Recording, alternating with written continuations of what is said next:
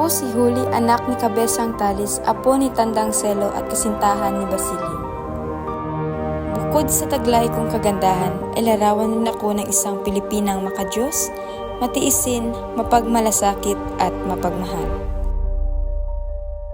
Hindi na ako nakapag-aral dahil sa pagkakabaon sa utang ng aking ama at nang bigla siyang dakpin ng masasamang loob ay kinakailangan kong magpaalipin upang makapagbigay ng pera sa mga kumuha sa mahirap, ngunit ganun ko kamahal ang aking ama, kung kaya't ganun na rin ang pagmamahal ko sa aking katipa na si Basilio.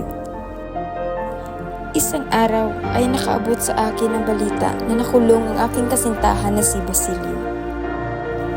Labis akong naghinagpis sa kanyang kalagayan sapagkat alam kong wala na siyang ibang malalapitan dahil wala na si Kapitan Tiago. At dahil sa kagustuhan kong mapalaya ang aking kasintahan na si Basilio, lakas loob akong humingi ng tulong kay Padre Camora. Kahit na may lihim siyang pagnanasa sa mga kababaihan at marahil sa akin din.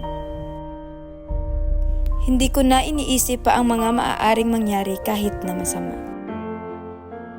Ang kutob ko, sapagkat wala naman akong magagawa kasi ang tanging hinahangad ko ay ang kalayaan ng aking minamahal. Ngunit nangyari nga ang aking inaasahan. Ako ay kanyang pinagsamantalahan. Ako ay hindi narespeto at labis ko yung dinamdam.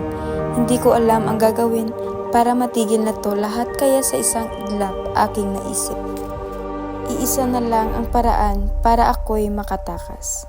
At yun ang kamatayan. Muli, ako si Juliana, o mas kilala bilang Huli. Ako ang sumisimbolo ng kadalisayan ng mga kababaihan at kamusmusan ng mga mababang kariktan noong kapanahunan ni Dr. Jose Rizal. Isa ako sa mga babaeng tinanggalan ng karapatan at kalayaan sa pagiging ligtas mula sa kapahamakan na hanggang ngayon ay makikita na rin sa ating kasalukuyan.